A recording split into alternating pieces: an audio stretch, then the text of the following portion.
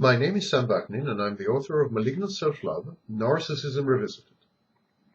Over the years, I've corresponded with hundreds of inverted narcissists and thousands of codependents. Here is a selection from this correspondence. This is part 3 out of 3. Be sure to watch the previous 2. Why do inverted narcissists stick to narcissists? Why this selection mechanism? Well, one inverted narcissist tried to enlighten me. She said, "I am built this way." I may have overstated it by saying that I have no choice, because in fact I do. The choice is live in an emotionally deadened monochrome world where I can reasonably interact with normal people, or I can choose to be with a narcissist, in which case my world is technicolor, emotionally satisfying, alive and wondrous. Yes, I admit, it can also be turbulent, and a real roller coaster ride for the unprepared, not to mention incredibly damaging for people who are not inverted narcissists, and who fall into relationships with narcissists.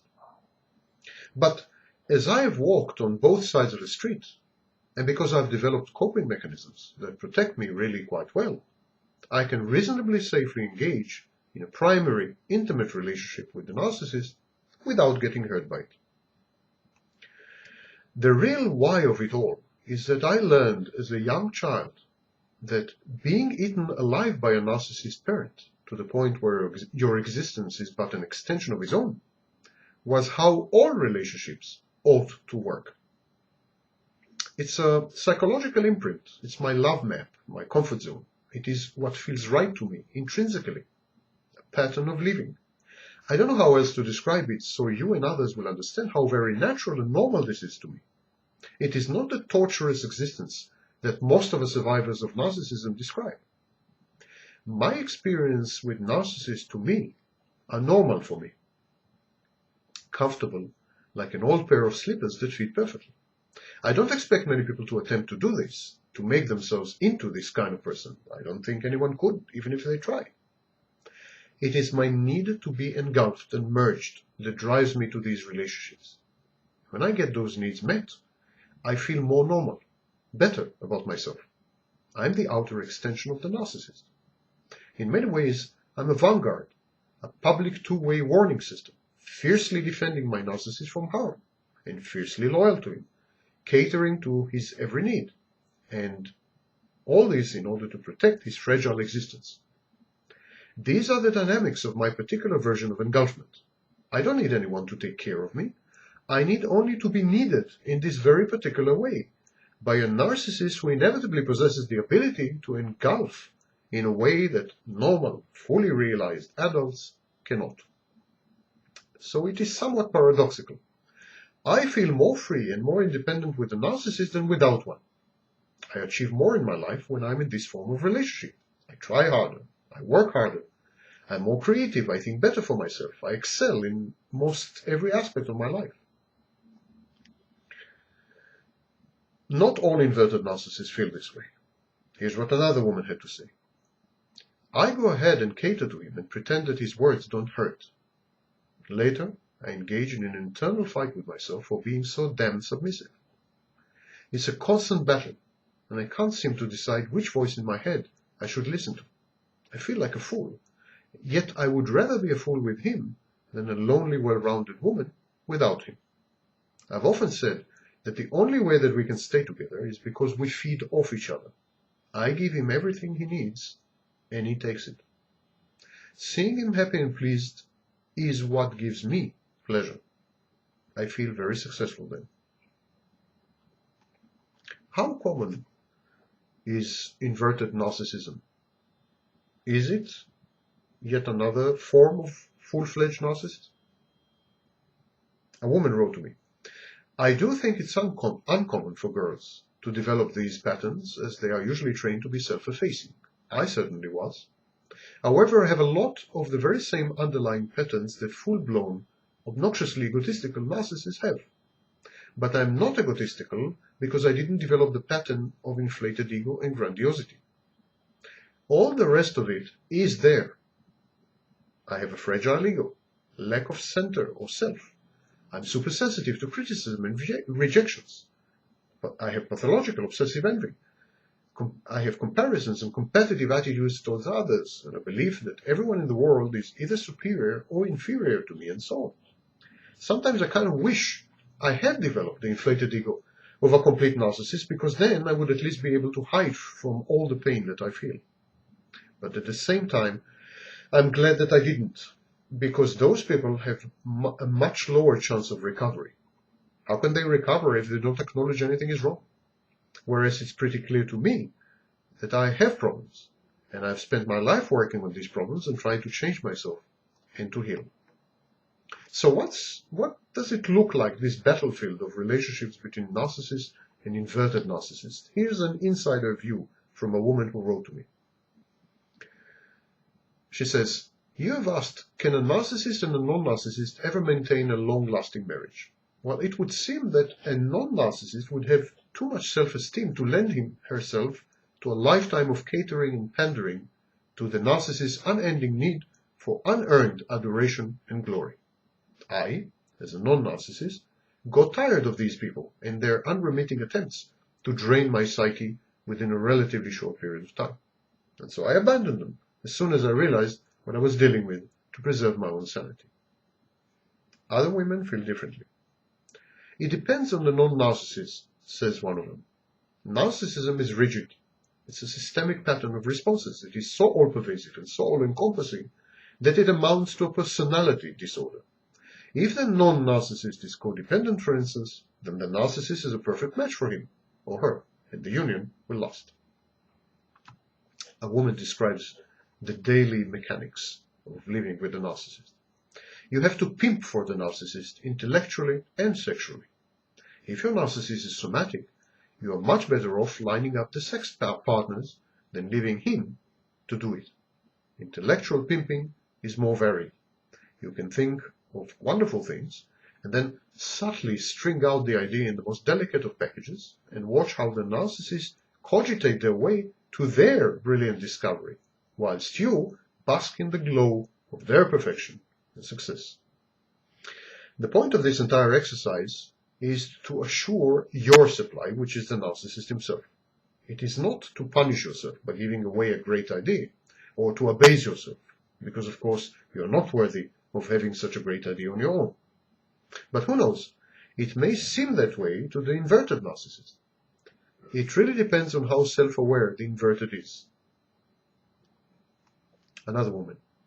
"The only rejection you need to fear is the possibility of losing the narcissist. And if one is doing everything else right, this is very unlikely to happen.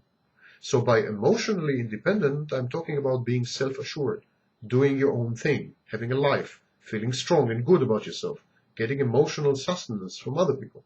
I mean, let's face it, a drug is a habit. Habits are just, and what they are not, are the be and all of love. Habits are part of commitment and serene, symmetrical, balanced emotional perfection that is the ideal of the romanticized love for a lifetime, all-American relationship dream. An inverted narcissist confesses, "I am terribly turned on by narcissists. The most exciting moments of my life, in every venue, have been with narcissists. It is as if living and loving with normal people is a grey thing by comparison, not fueled by sufficient adrenaline. I feel like a junkie now, that I no longer permit myself the giddy pleasure of the rush I used to know when I was deeply and hopelessly involved with a narcissist. I'm like a lotus eater. And I always feel guilty about this, and also sorry that I ever succumbed that first time to my first narcissist lover." Another woman agrees, "I'm exactly this way, and I feel exactly as you do, that the world is a sepia motion picture, but when I'm intimately involved with a narcissist, it breaks out into three-dimensional technicolor, and I can see and feel in ways that are not available to me otherwise. In my case, I developed this inverted narcissism as a result of being the favorite of my father, who so completely absorbed me into his personality that I was not able to develop a sense of separation. So I'm stuck in his personality, in this matrix of needing to be engulfed, adored by, and completely taken over by a narcissist in my life. In turn, I worship defend, regulate, and procure a narcissistic supply for my narcissist. It is like the mold and the molded. Another woman writes, in my case, I realized that while I can't stop loving my current narcissist, it isn't necessary for me to avoid as long as I can understand.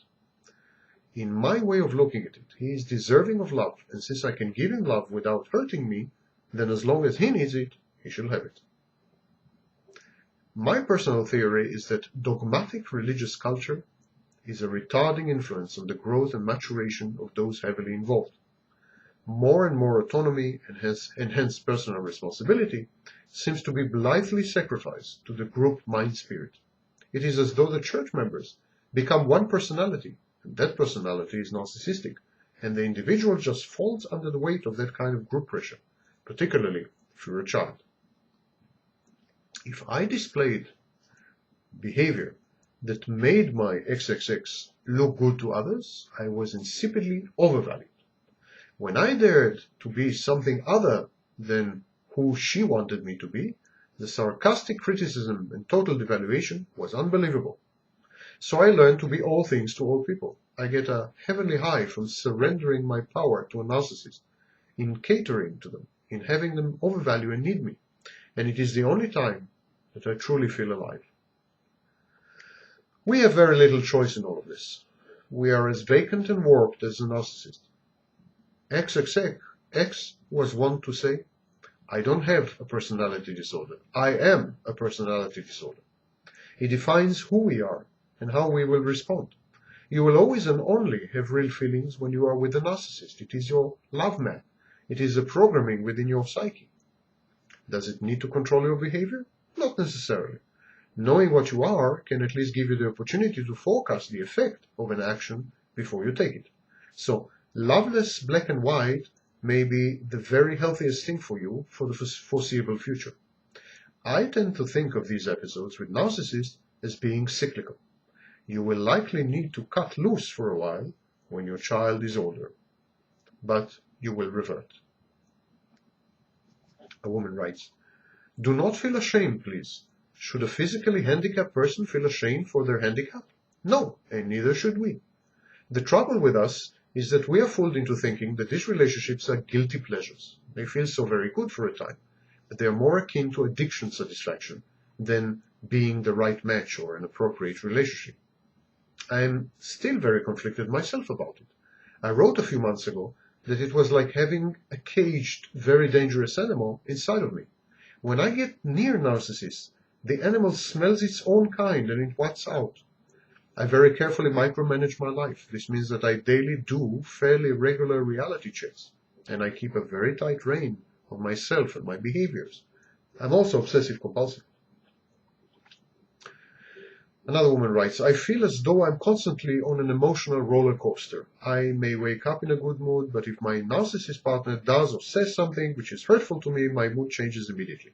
I now feel sad, empty, afraid. All I want to do at this point is anything that will make him say something nice to me. Once he does, I am back on top of the world. This pattern of mood changes, or whatever you want to call them, can take place several times a day, each and every day. I've gotten to the point where I'm not sure that I can trust myself to feel any one way, because I know that I have no control over myself. He has the control. And it's scary. Yet I've sort of come to depend on him, determining how I'm going to feel. When I was first involved with my cerebral narcissist, concludes another inverted narcissist, I was like this.